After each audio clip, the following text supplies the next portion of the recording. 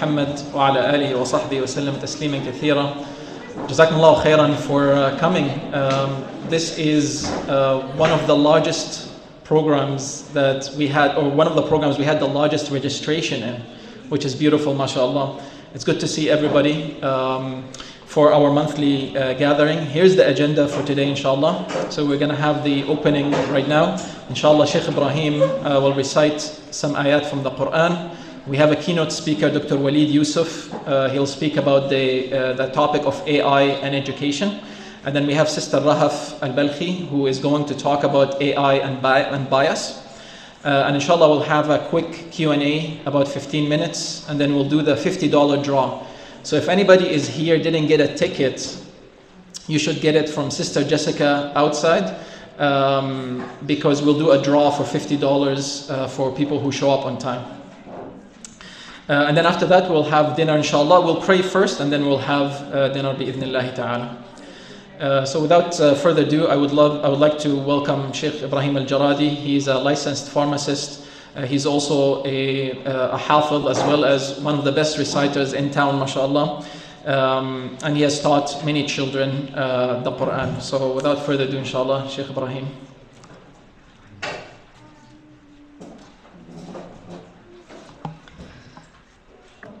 أعوذ بالله من الشيطان الرجيم. تبارك الذي جعل في السماء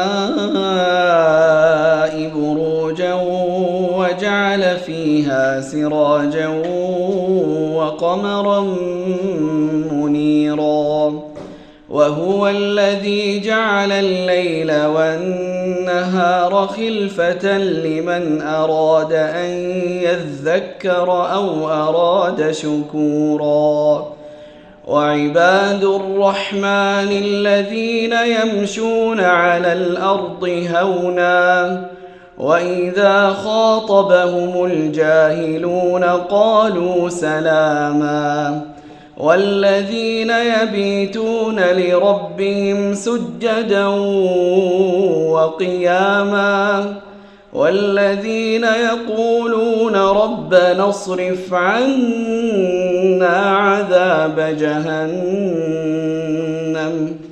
إن عذابها كان غراما إنها ساءت مستقرا ومقاما والذين إذا أنفقوا لم يسرفوا ولم يقتروا وكان بين ذلك قواما والذين لا يدعون مع الله إلها آخر ولا يقتلون النفس التي حرم الله إلا بالحق ولا يزنون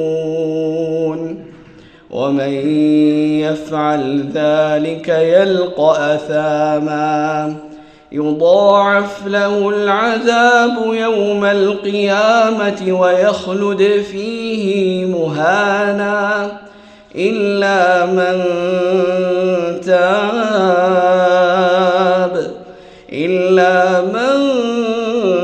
تاب وآمن وعمل عملا صالحا فأولئك يبدل الله سيئاتهم حسنات وكان الله غفورا رحيما ومن تاب وعمل صالحا فإنه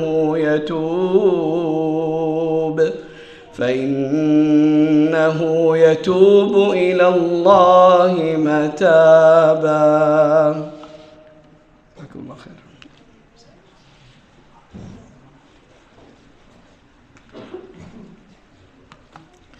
Jazakumullah khairan, Sheikh Ibrahim, for this recitation. Inshallah, the first topic is going to be with Dr. Waleed Yousef, AI Education Between Use and Abuse. Dr. Waleed is a senior scientist and adjunct professor at electrical and computer engineering at UVic. He's the founder and CEO of MESC Labs Inc. He's also the founder of Arabsera, an AI-based digital education platform. He specializes in statistical learning, pattern recognition, and data analytics. And he previously served as a research fellow at the US FDA. He holds multiple US patents in machine learning. His work has earned him awards and grants from several global institutions and companies. I would like to welcome Dr. Waleed Yousef, inshallah. And we're going to, for the first time, switch laptops because Dr. Waleed will have a live LLM demo, inshallah. So we'll just take 2 seconds here.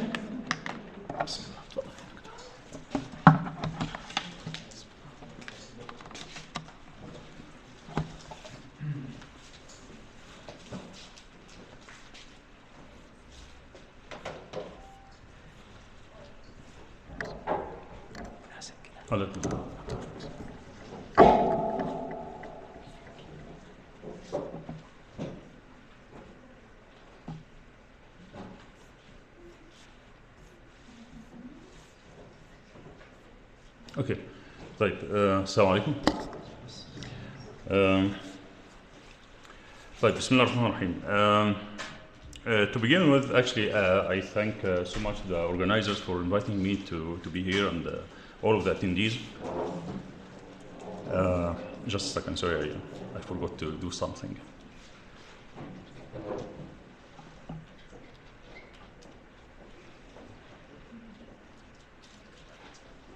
Okay. Bismillah ar-Rahman ar-Rahim. I thank all of the organizers for having me here and the attendees as well.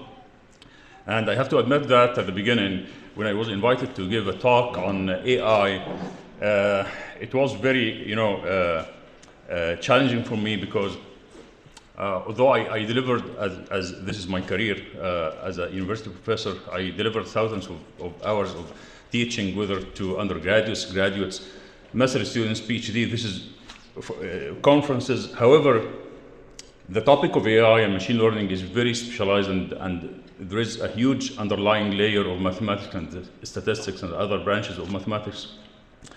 So to talk about AI for people who are probably specialized in different areas, it was challenging for me until I relaxed, until I decided on a topic that touches almost every household, which is AI in education, how to use. So this is a very high level talk. I will not delve into any mathematical details or any design issues. It's how to use AI for education, in education for our children, students, everywhere. So the reason is simple. It's good news is here, I chose today's topic to be very simple, as I said, no mathematics, and this is why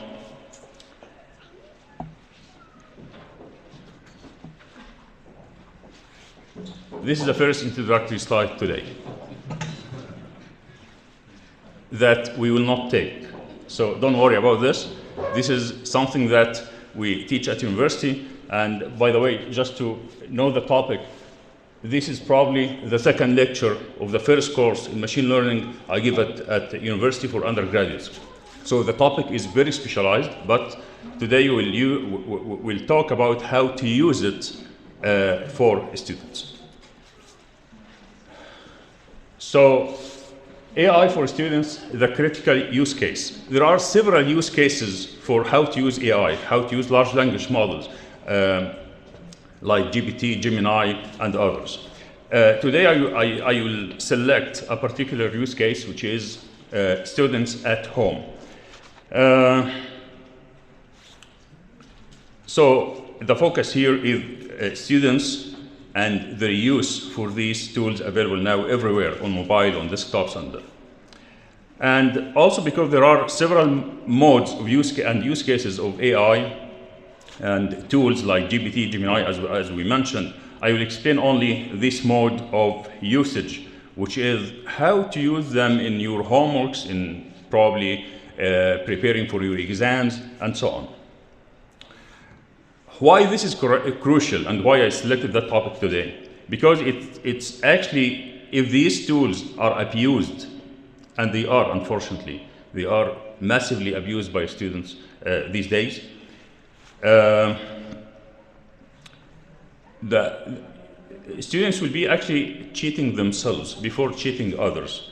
It will be then becomes a destructive tool, and it will not only damage your own future as a student, however, it will harm the level of knowledge of generations to come. So it's really a serious issue that is going on at all stages, whether in high school, in university, undergraduates, graduates, and so on. So it may look funny, but the reality actually, for educators who really understand the consequences and the seriousness of this matter, this could be better actually. So the core message here I'm going to deliver is, you as a student should use these tools to learn, not to replace yourself. So I'm talking here, the main message is, when you use it, I mean these tools like GPT, Gemini, or whatever, learn and understand, not to replace yourself by these tools. Otherwise, this becomes actually, as I mentioned, it's cheating yourself before cheating others, before cheating your instructor or institution, or it is not only considered as a tool of plagiarism, but you are actually cheating yourself because you are not learning. I'll give an example right now, but let me introduce this first. To make the concept very clear, you should use it as your professor or as your instructor. Imagine you are going to your teacher in the office hours and ask them some question. This question will never be, solve for me this homework problem, right?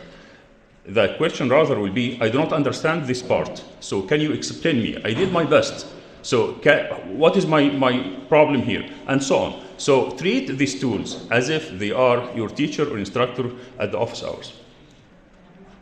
So this is a helpful keyword to be a guidance for you, whether you are using these tools legitimately or not. In that spirit, I will give just raw example scene here, and then I will show you a demo. In that spirit, good questions could look like the following. This is my answer to that question or to that homework problem. Could you please tell me what is wrong, why my answer is different from the model answer, and so on. Or, for example, it could be, I didn't understand this part. Can you explain it to me? Can you give me more example? Can you give me a drawing?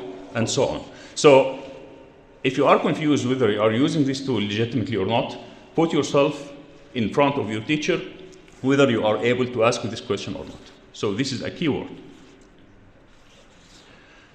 And this is the core message that I'm delivering today for students.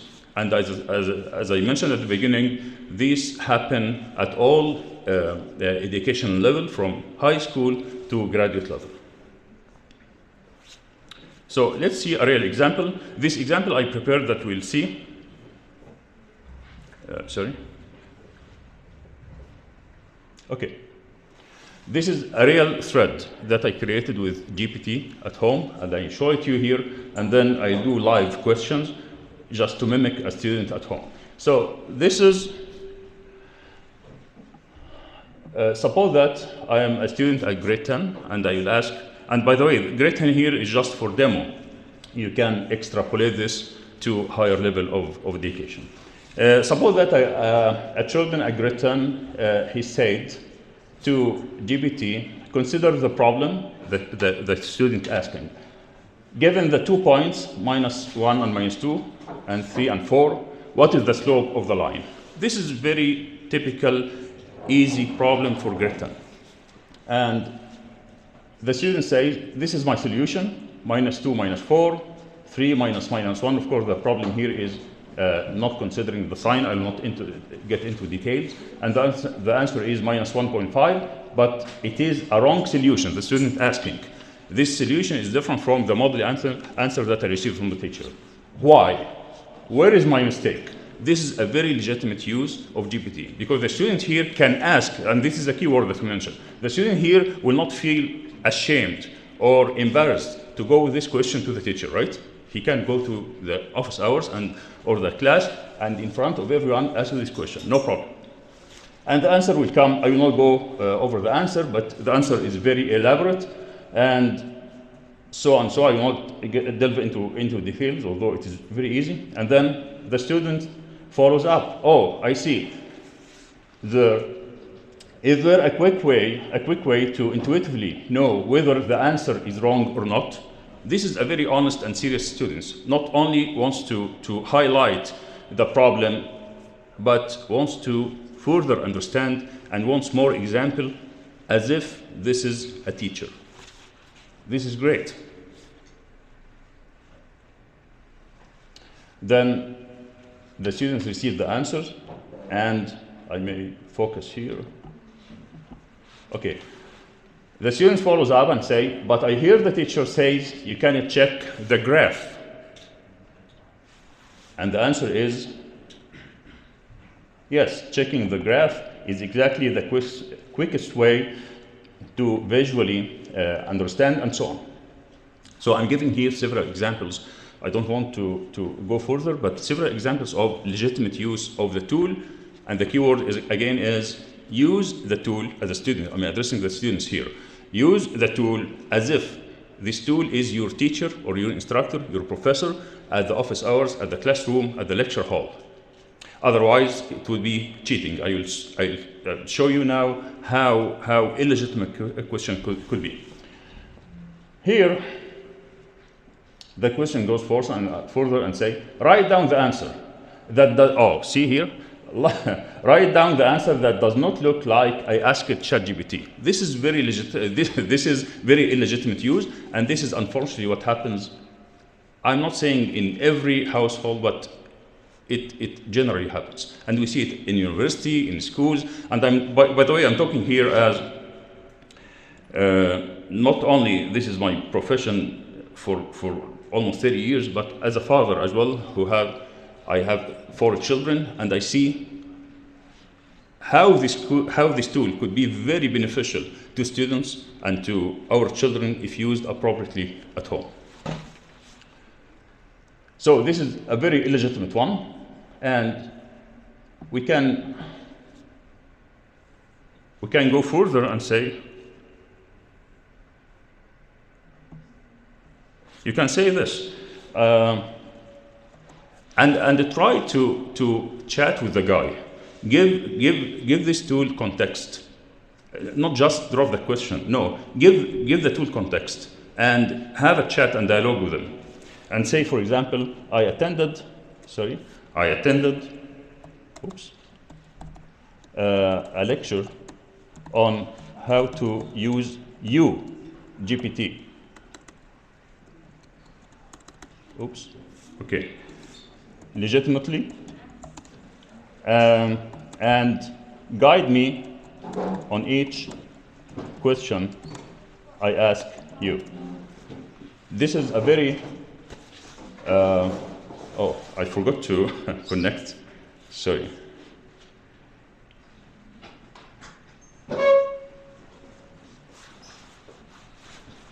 Okay, until I may make it at the end of the lecture, because sorry, I forgot to connect to the internet before. Okay, no problem. But the idea here is clear. The idea here is make context and ask legitimate questions that you can ask your teacher. Okay.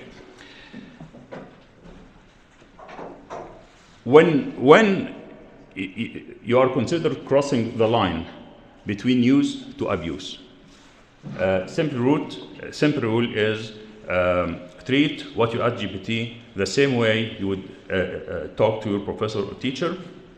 And when that line between use and abuse is crossed, the consequences are really serious, and this is the key here. In a professional and academic sense, it becomes cheating, plagiarism, and even in ethical and religious sense, this is deception, right? It's who deceives us is not one among us. So in both sides. And more important than this and this, it's even pragmatically, you are cheating yourself and you are not learning. You will pay this price really later, and we do not want to reach that point. After you graduate, you have a certificate, but you do not have a knowledge. For more emphasis, again, I repeated this message many times, but because this is the kernel of the talk today, I'm repeating this for the fourth time. Treat GPT as your 24/7 professor or teacher. And this is an edge, actually, because you can ask your teacher one question, two questions in the office hours, but you will never be able to make these questions endless. No, you can treat this tool for this endless learning. It's 24/7 available. So this is a best practice, and this is the bottom line of this talk. The debate currently, I'm moving to a related issue here. Why this debate exists these days? Actually, it's a new old debate, and I will bring here an analogy from history. This pattern always happens, it's persistent all the times. With every invention, a battle arises between conservatives and liberals. I'm not here talking about the political sense, but I'm talking about the sense of people who are cautious and want to preserve, and in opposition to those who are enthusiastic about the new invention. For example, calculator. Decades ago, when calculator was invented, the same battle happened. But today, after we reached the steady state of or converged to using the calculator, the norm is established, and the appropriate use of calculators is the answer here is obvious. We must distinguish between two phases, the phase of learning and the phase of use. And this example will clarify very well how we should use GPT these days. If we understand this distinction, we can see how it applies and generalizes to GPT and large language models these days. For example, multiplication table. In grade 3, students, we teach them multiplication table, and for example, at that level, at that year, you never ask students to do that using calculators because they are in the phase of learning. So when they are in that phase, they are not allowed to use these tools. Later, in successive years, in high school, you can use it to streamline the work you already learned and understand.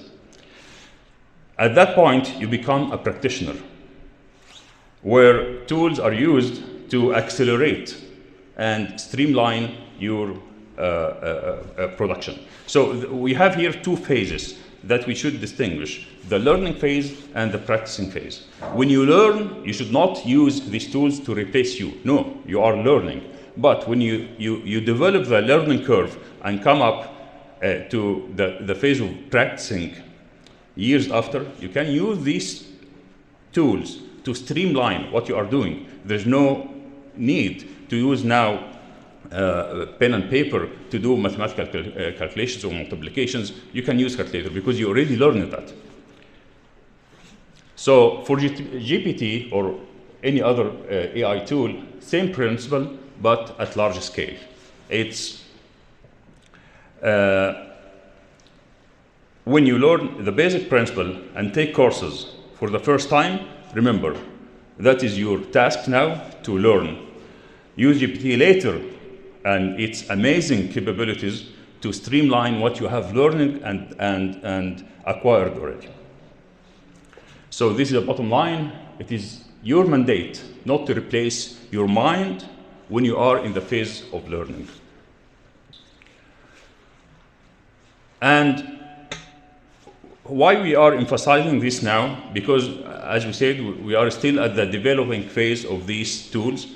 Go back centuries, decades ago, and call the analogy between this and the calculators. We do not need to reach the point that students graduate with a fake certificate. So in addition to moral and ethical and professional issues that we discussed, it's actually not only illegitimate, but the real exam starts after graduation. And when you enter the job market and professional life with a fake certificate, this is the start of the problem. So we need to avoid this from now, and this is a message to not only students, but their parents at home and educators, whether at classroom or at university. We should impose these principles and, find the protocol of learning to help students to use these tools legitimately to learn, not to replace their minds. At the end, thank you for listening to this, and I hope it have an impact to our students and children at home, university, classroom, and everywhere. Jazakumullah khair. Thank you.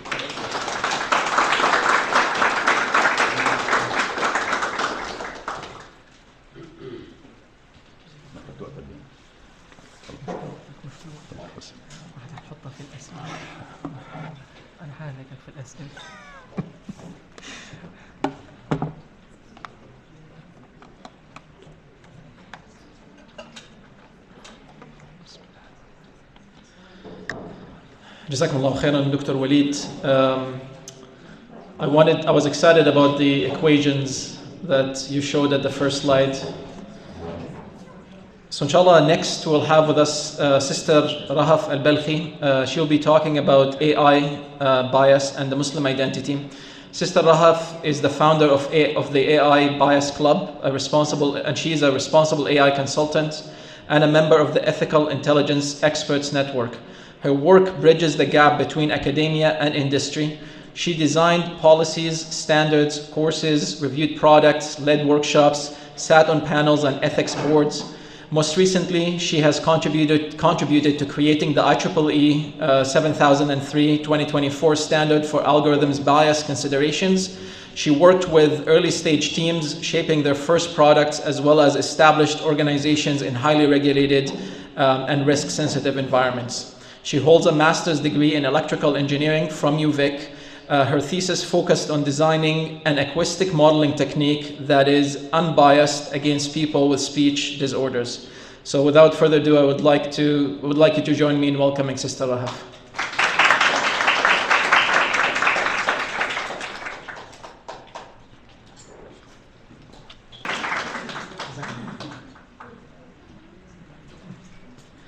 Jazakumullah khairan, Sister Rahaf. So we have a period of Q&A for Dr. Waleed and Sister Rahaf. And we'll open the stage if both of you would like to come, and then depending on the question that comes to either of you. Yes, please, Dr. Waleed.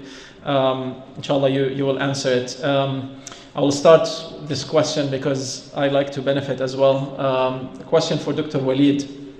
Let's say someone is technical and actually wants to understand LLMs, wants to become proficient, and they have a span of a year.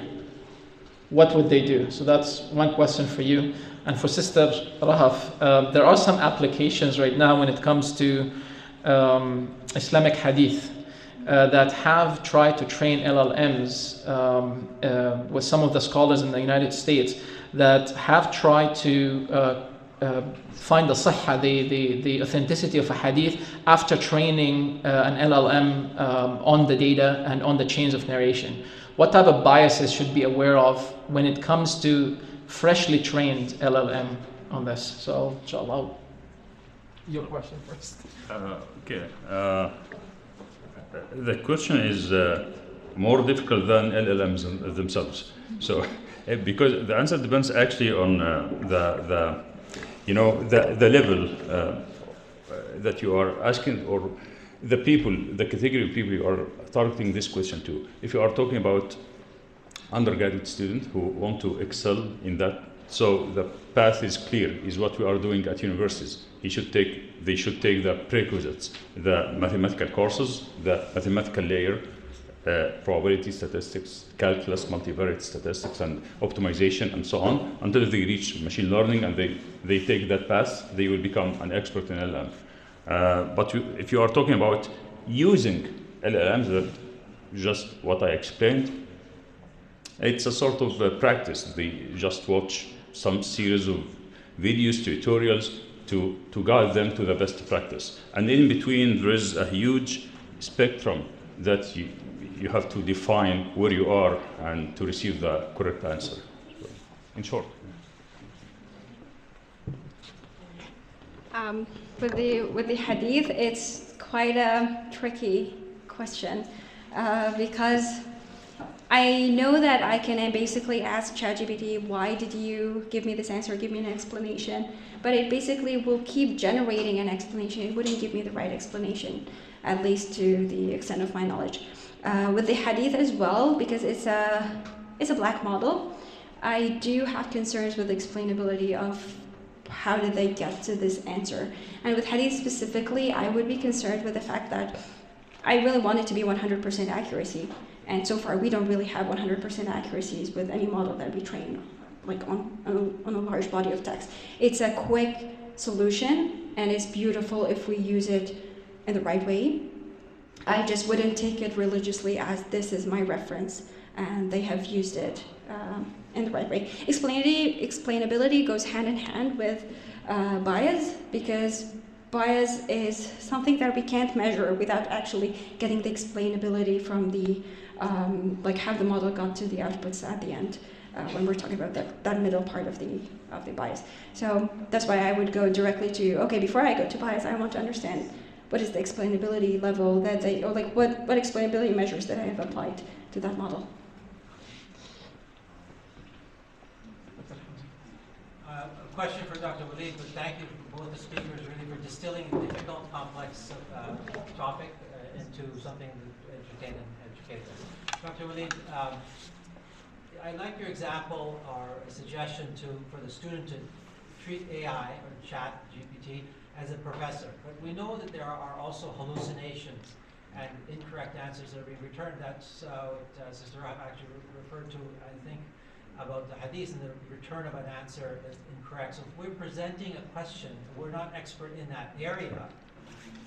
In a mathematical, simple algebraic example, sure, okay, you might expect 100% correct answer, but so many times we get incorrect response to that. How do we protect ourselves and our children and people that we're working with from that? Yeah, thank you so much. It's an excellent question, and it's inevitable. I mean, as you mentioned, when we come to the very objective and deterministic part of science, mathematics, and it's straightforward. And hallucination exists, by the way, but it depends on the model you use. When you use more sophisticated models, the hallucination decays and so on.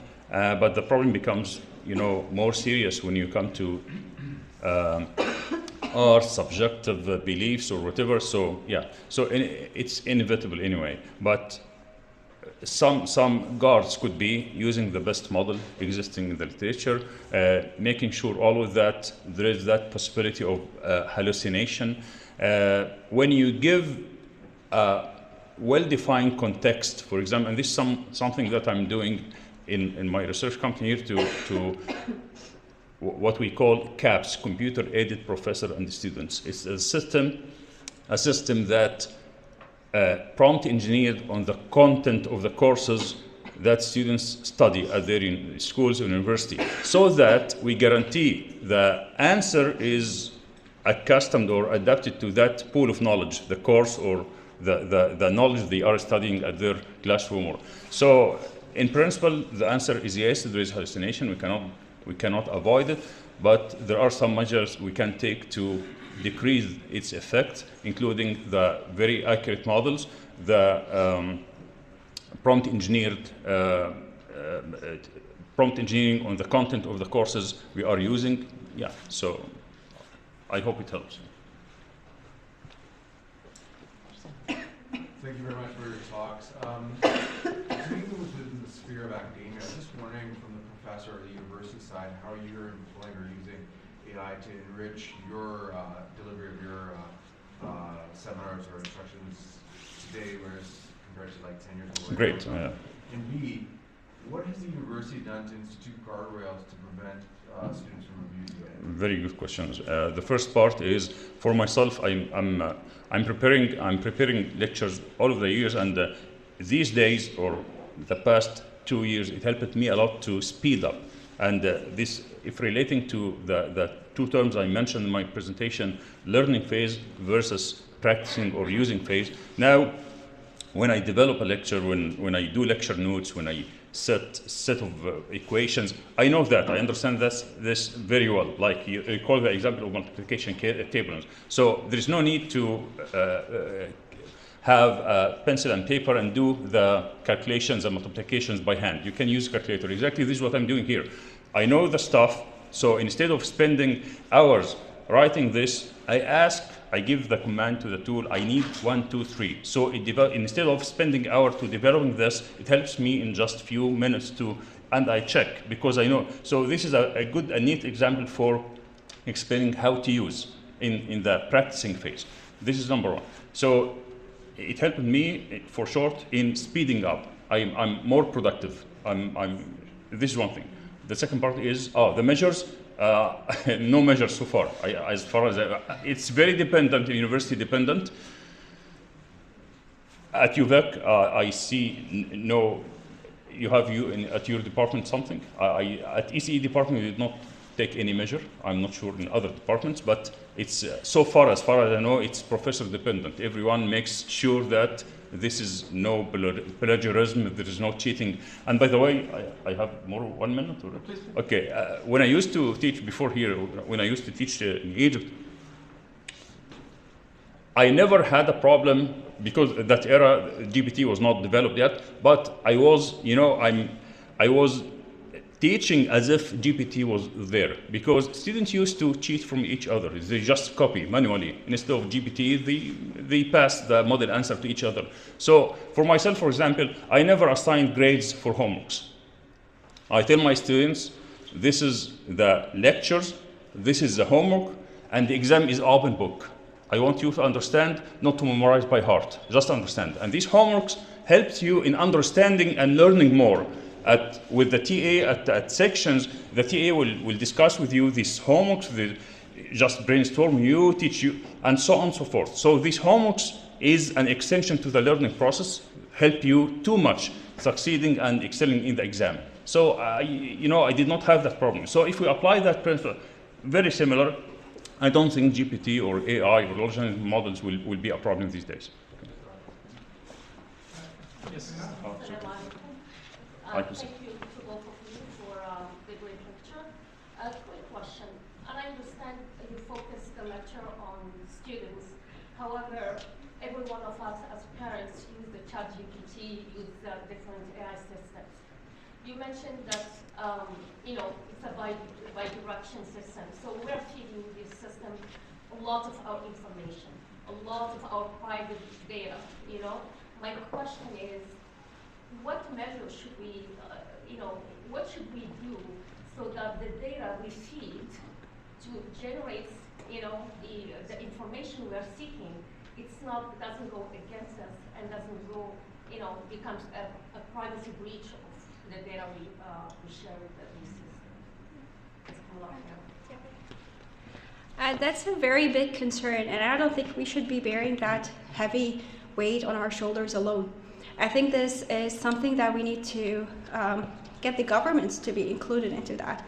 So I was in a meeting with a lawyer the other day, and we were talking about IP rights.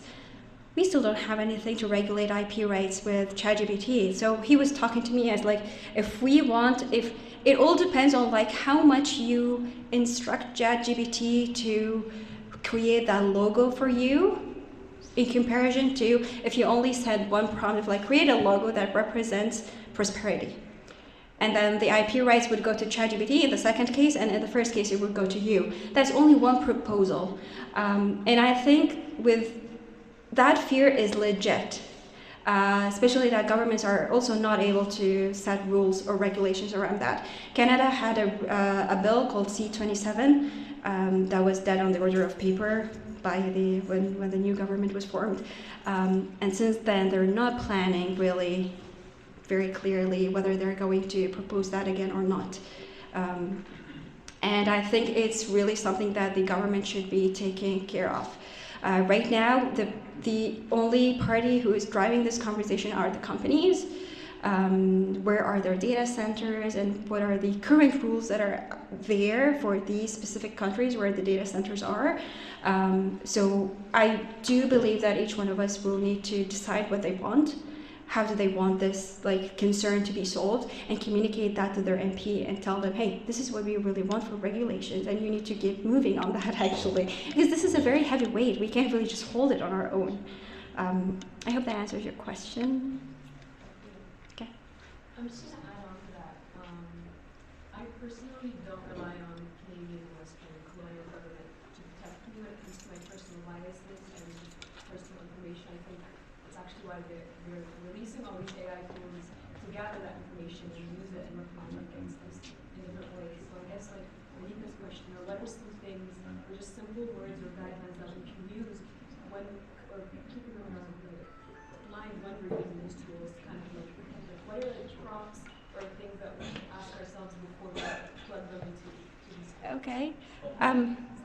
If you want, like showing, sometimes people put their financial information, people put their questions about their families, their marriage. There's so much private information that's put in the system as they are the counselor. The system becomes the counselor, the financial planner becomes every profession you can think of. That's true. Yeah, a lot of people have used it as a counselor, and actually there were tragic incidents of suicide after a conversation with ChatGPT. I would this is really a complicated question. My integrity wouldn't let me to say, okay, this is 1, 2, 3, what you want to do. But with that framework, that actually calls for bias. I would say if you wouldn't give this information to any other person other than you and your trusted people, don't share it. It's not trusted. It looks very trustworthy, and it's very, really good at telling you that it understands you, but it doesn't. Don't trust it. I would say really if you're in doubt, don't share. Maybe that's the rule of thumb if I want to be quick. I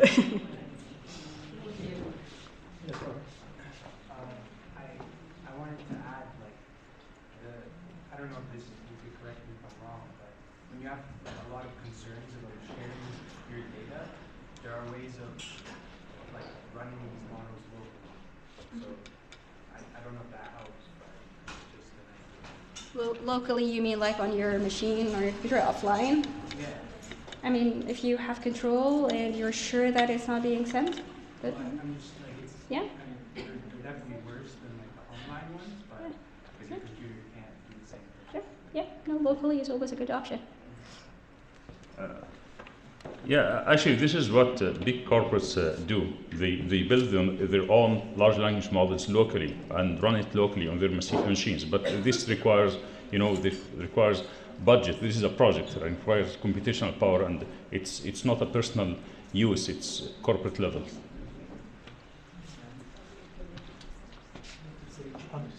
Yeah, I have a follow-up. It's more about comment of what Dr. Hamza has asked. I mean, most of the time, the answers from ChatGPT are wrong. And when we say wrong, that means that we know what is the true answer.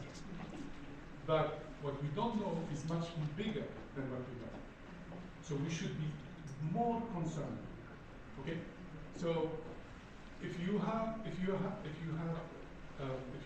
very well equipped with information, with tools, with science, then you can judge, right? You can figure out if the answer is correct or not correct. But if not, then this can be a very big concern. And I really know what I'm saying. And this is for the student and for everyone who is using AI. So most of the time, the answer is generated, as you mentioned, and it's not correct. That brings me to the second part about the strong concern applying this to check the authenticity of a hadith. You mentioned that this is a generative thing. If you use two approaches, then maybe the AI will give you another approach, which we don't understand, because this is a black box. This neural network that you mentioned, this is a black box that we don't understand. So I have a really strong concern, unless someone really check that this is correct or not, to apply this to authenticity of hadith or Quran or to a religion matters. But in science, okay, so we can check that to some extent, right? You can double check the correctness to some extent because you know what is the truth, right? But in most of the cases, we don't know what is the truth. Then it's really complicated, and to use it like in strict like religious like authenticity of hadith or something like that, it can be a little bit concerning. Any comments? Go ahead first. طب خلينا 5 more minutes. Should we take another question? So we have 5 more minutes. Any more questions? I have a question. Oh, yes. Like just following up on what Brother was saying now is it's sometimes like there's lots of hallucinations and lots of wrong definitions. And I use ChatGPT and I use Copilot and some of the Gen AI tools. The best way to address this, because you don't know the answer, is at least you know the field that you are searching. And you have the main references that you actually trust. And if you ask the ChatGPT or Copilot or any Gen AI, cite by page and by line, and they will cite by page and by line, and then you go and check the page and the line of that reference. But at least you have to have like a knowledge of the sources that you're searching. That's great. Don't just trust the answer. You have to double check. I agree with you. But if you ask them to actually specify and cite and reference, then you are actually safe because you can go just back and check. Absolutely. Yeah. Absolutely. But giving an answer to a problem that you don't know, you need to check. Yeah. You need to check. Absolutely. Yes, sir. And in most of the cases, it's wrong. This is very unfortunate. Yeah, yes, sir. Okay. Assalamu alaikum. Thank you so much, Dr. Waleed and Sister Rahaf. It was very interesting. I have 2 questions. One for Dr. Waleed is looking at the last, let's say, 2 decades, we see how fast, especially the last 2 years, how fast this is changing. 2026 is going to be a crazy year when it comes to AI. And as someone who was in the education sector for that long, would you say, like, even the way we educate our students, the way everything will change in this year?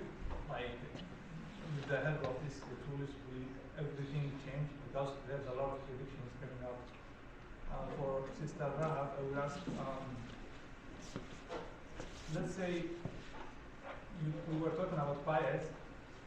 If the process itself is biased, if the data itself is biased, and we know that because a lot of the data on the internet that these models were training on are basically just, I would say, garbage in. Like, there's everything in there. What power as Muslims we have to impact the outputs that's coming out from this model so far? Like, what's in our hand right now?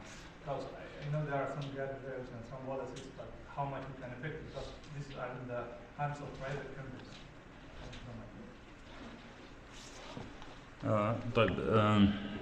Actually, there are 2 follow-ups here. I don't know, but regarding your question first, yes, the evolution is becoming revolution actually, and the progress is massive.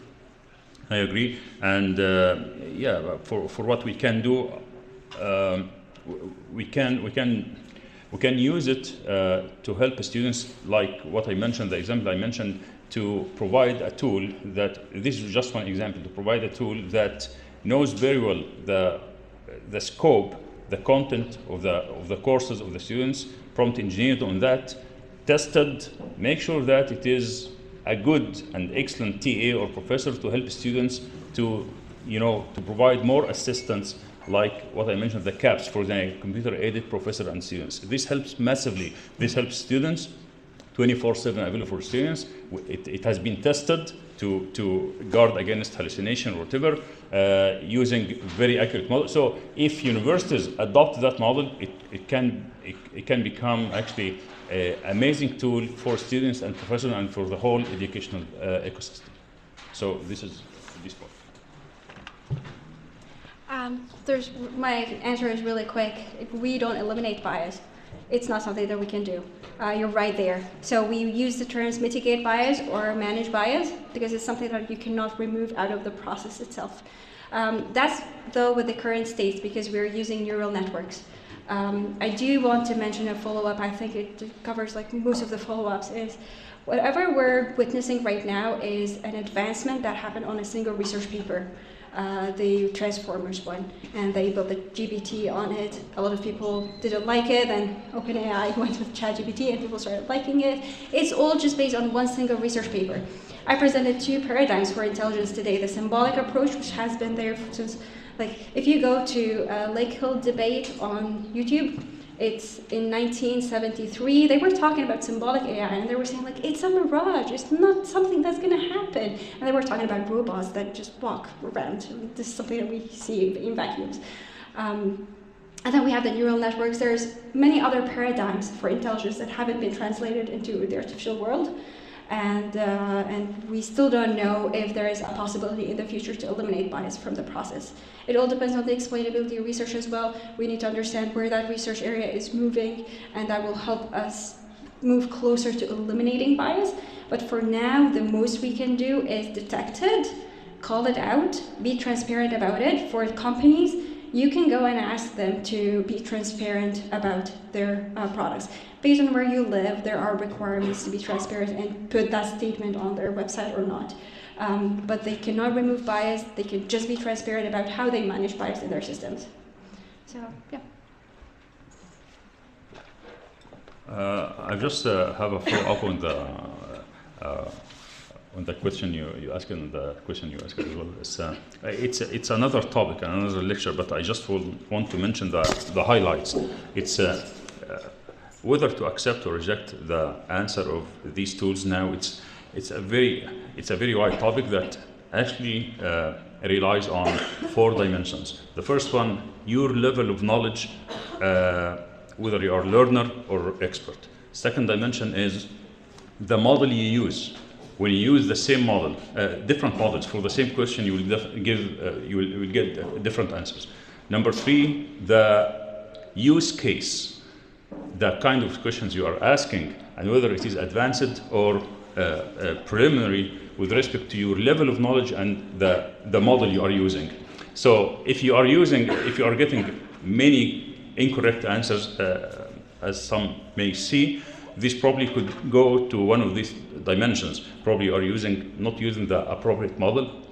Probably you are using very advanced question or topic that should be decomposed to smaller ones and pass everyone to the particular, model and to your level of knowledge as well. I will not get into more details. It's more complicated and requires another talk. But I just wanted to highlight these dimensions that are very, very important to just recall when we assess the answer that we receive from these tools.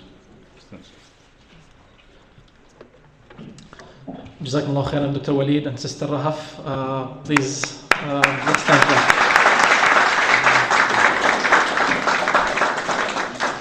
So, inshallah, before we pray Maghrib, was it fun? MashaAllah, we have a full house. Thank you for everyone who registered. I think there's only 2 empty chairs right here and maybe a couple right here. So thank you for registering. It's important to register so that we plan it out right. One of the things that we want to talk about, I'm just going to close off, and we're going to do a draw for 2 $50 gift cards for people who showed up on time. I want to talk a little bit about what's keeping us busy the past few months, what we have been doing is that we've been trying to vision what our communities would look like 10 years from now. It's a very, very difficult process. We serve a community that consists of people that hail from 60 plus nations and ethnicities. It's a very complex system. Maybe AI will help us at some point, maybe not. And also building systems around how to serve the community is a very, very, very challenging process. But that's what we've been doing. We've been super, super busy with that. And the final part is, how do we build an ecosystem of resilience? And what that means is that we've noticed this years after years. When an organization takes a pause or when there's a change in management, what tends to happen is that the whole community gets impacted. So some of the work that we are doing right now is building strategic partnerships in order to maintain resilience, regardless of who is leading the community, why they're leading the community. People would not feel that dip. Now, we've worked very hard. We're building a new website. This is just a page from the website. And the vision that OBRF sees as of now is a community where everyone feels that they belong. This sounds like simple words put together because the concept of belonging itself is something that taps into human nature. Something that when we look at it from a psychology perspective, from a spiritual perspective, sometimes it can be very difficult to define. What does it mean to belong? What does it mean to feel a sense of welcoming?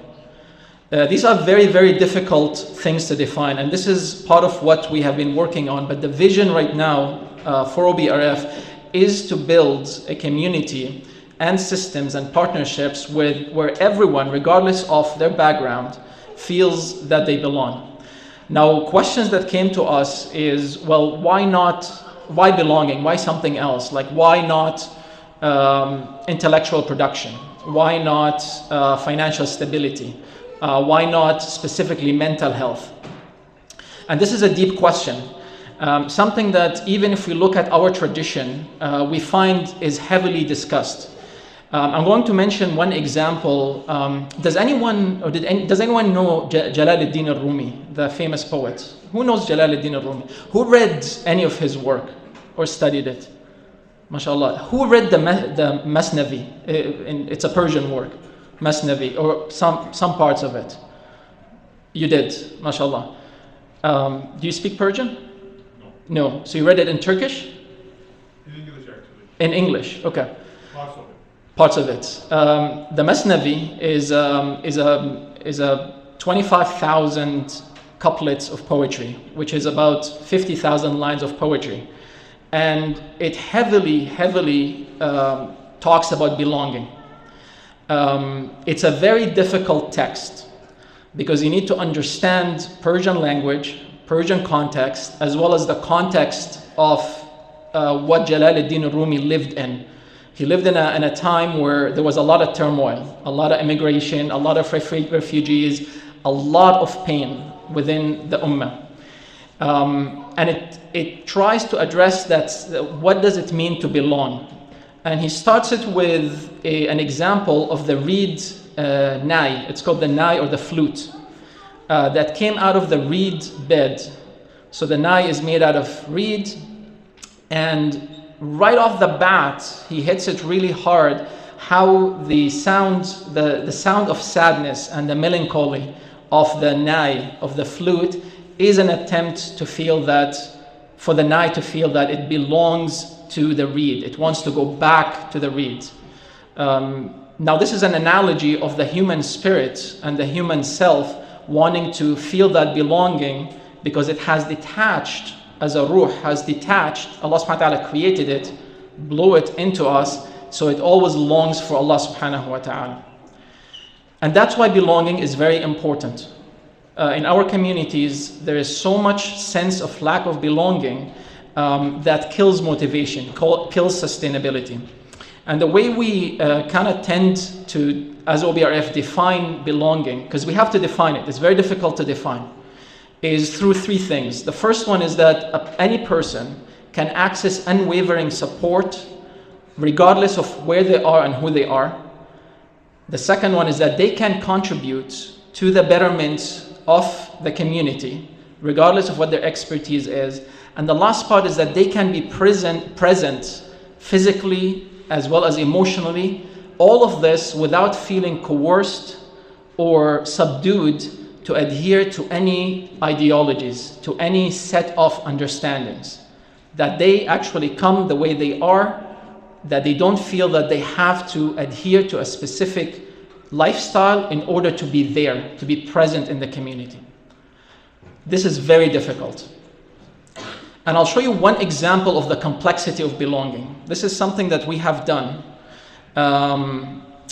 When you sit with families that either have immigrated or that they have married here, and you try to talk with the male sides of the family, the father, the brothers, the sons, what tends to come up in general, this is not 100%, that they define belonging when they're able to pursue their career and be able to support their family with a sense of dignity.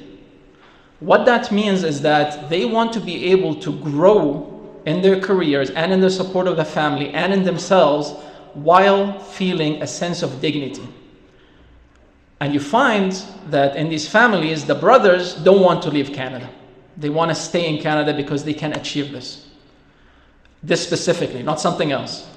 When you speak to the sisters in the family, usually, in general, they define belonging as finding other sisters and people around them that have the same understanding, the same culture, the same way of looking at life. Once they find a set of sisters or people around them, they feel that sense of belonging. And many in the families in our community, not everybody, many in our community would want to go back home because they lack that. Does this make sense to the brothers and the sisters? I see smiles. Does it make sense? And now this creates a friction in the family because half of the family, the females, want to go and experience belonging because that's what they experienced back home, wherever that is. And the male sides of the family, they want to stay here because they feel that sense of dignity. They're not being ostracized, they're not being marginalized, they're not being hit hard at work and in other parts of society. This is only in one dimension, which is the male and female. Expand this to other intersectionality like race, culture, education, age, faith, creates a very difficult problem.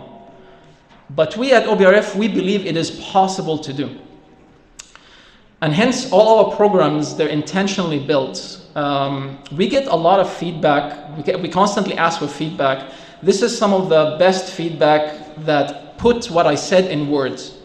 So we received this last Ramadan, at the end of our program, and it said the following. It said, attending OBRF for the first time has been an experience beyond words. From the moment I stepped in, I felt an overwhelming sense of warmth, unity, and belonging. The way the community embraces each person with kindness and sincerity is truly remarkable. What stood out to me the most was not just the welcoming nature of everyone, but the deep connection to faith that fills every gathering. Each night, the atmosphere is filled with peace, reflection, and shared devotion to Allah subhanahu wa ta'ala. The space is more than just a place of worship. It's a home, a family, a source of spiritual rejuvenation.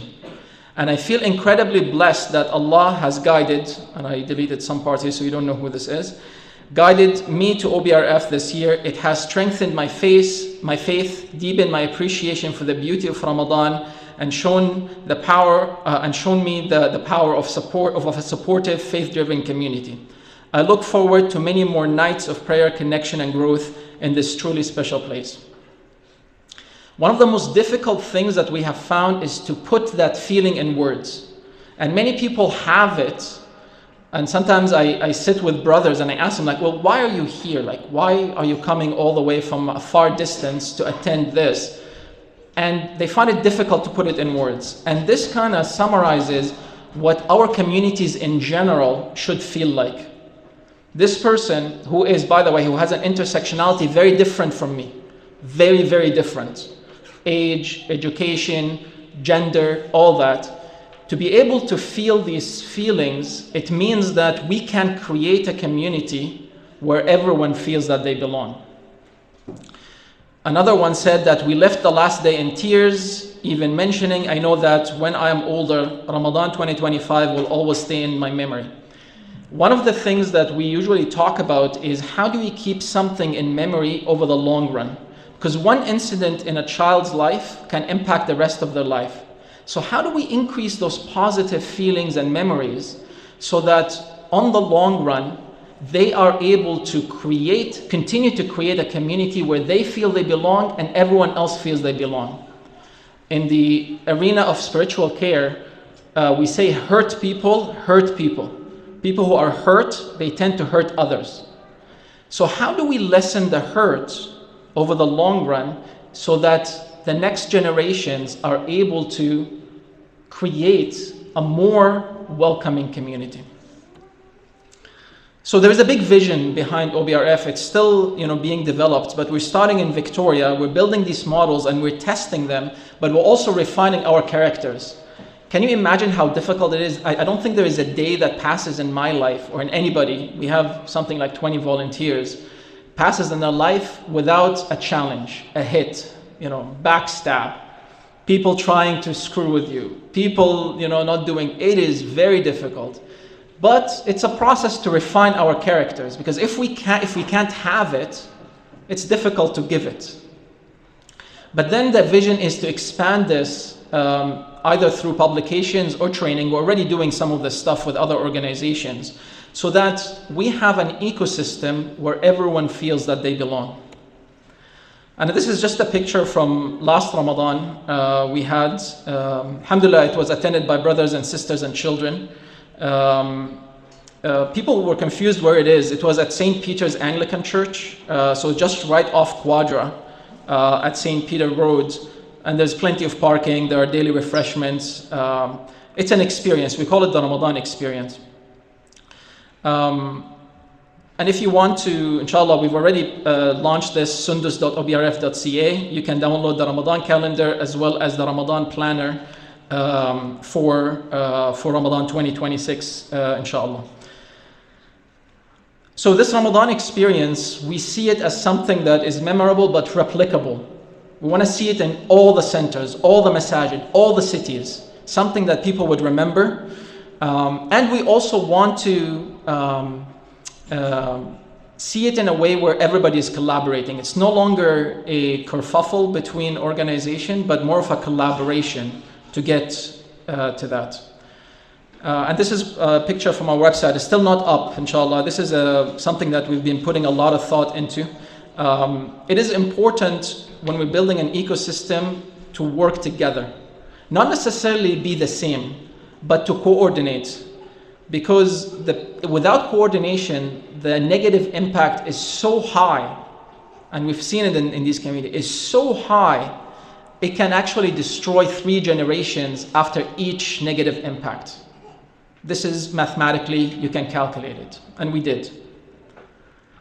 So we'll have a draw, inshallah, 2 draws. One, inshallah, by the way, this is a ticket that if you came on time, you received a ticket, we will give you $50, inshallah, gift card for coming on time. So I'll get, inshallah, Sister Rahaf to do 1 draw and then Dr. Waleed to do another draw, inshallah. No?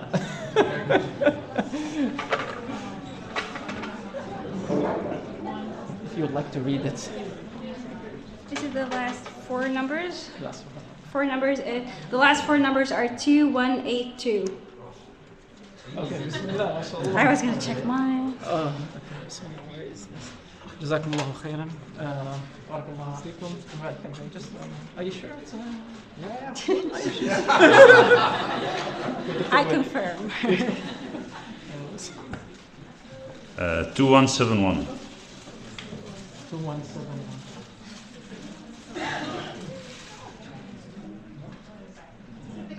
2171? 2171. Okay.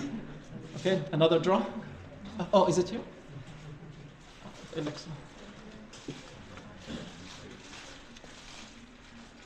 2192.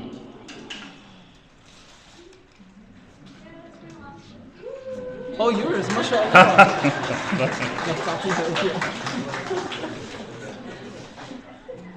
We will have to confirm the number. My mom, not mine. Oh, is it? 2192. جزاك الله خير. أخذهم منك. 2192. 2192 هو ده الرقم 2190 اوكي ما شاء الله جزاكم الله خيرا جزاكم الله خيرا بارك الله فيكم. So inshallah we'll pray. The sisters can use the stage inshallah. The lights are off, so you can keep the curtains a little open. We'll get someone inshallah to put some carpets. And the brothers inshallah will pray right here. If I can get Sheikh Ibrahim to make adhan and Dr. Waleed to lead the prayer inshallah. And inshallah we'll have dinner with the sisters first inshallah. So we'll pray in 2 to 3 minutes inshallah. If you want to make wudu, please go ahead. Jazakumullahu khairan.